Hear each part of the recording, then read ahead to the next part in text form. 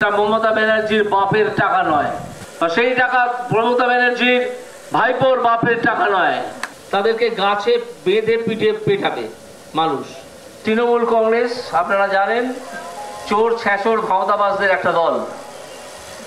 তাদের এখন তারা চাকরি চুরি করেছে, খাদ্য চুরি করেছে, সব চুরি করেছে, সন্দেশখালি করেছে। আপনারা জানেন সন্দেশখালিতে কি পরিমাণ অত্যাচার, মহিলাদের শ্লীলতাহানি, তাদেরকে যা যা করা যায় সব করেছে শাহজাহান বলে একটি লোক। এবং মমতা ব্যানার্জি সেই শাহজাহানকে এখনো পর্যন্ত সমর্থন করছেন। আপনারা জানেন তো সন্দেশখালির ঘটনা, আপনারা জানেন তো?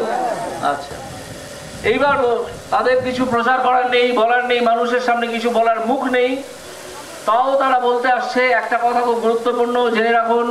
তারা বলছে যে মমতা ব্যানার্জি যদি না যেতে, মানে মমতার দল যদি হেরে যায়, তাহলে লক্ষ্মীর ভান্ডারটা কি বন্ধ হয়ে যাবে।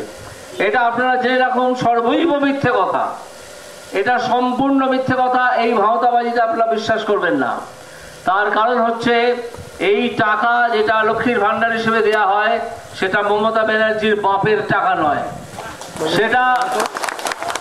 সেটা আসে পশ্চিমবঙ্গ সরকারের কোষাগার থেকে। সেই টাকা মমতা ব্যানার্জির ভাইপোর বাপের টাকা নয়, সেটাও আসে পশ্চিমবঙ্গ সরকারের কোষাগার থেকে। বাবার টাকা কারুরই নয়, আসলে মানুষের টাকা।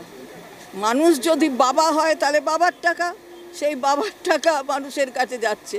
অভিজিৎ গাঙ্গুলি আসলে এসব কোনোদিন আগে বোঝেননি, এখন ভাবছেন কিসের কি বলবেন।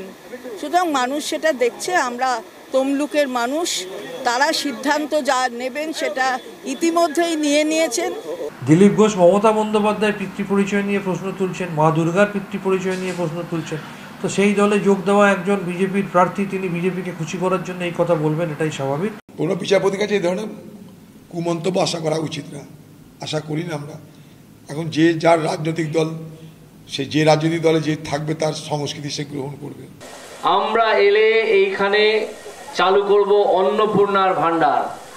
সেখান থেকে প্রতিটা মহিলা যারা এই টাকা পান, যারা ভবিষ্যতে পাবেন, তাদের জন্য 3000 টাকা ন্যূনতম দেওয়া হবে।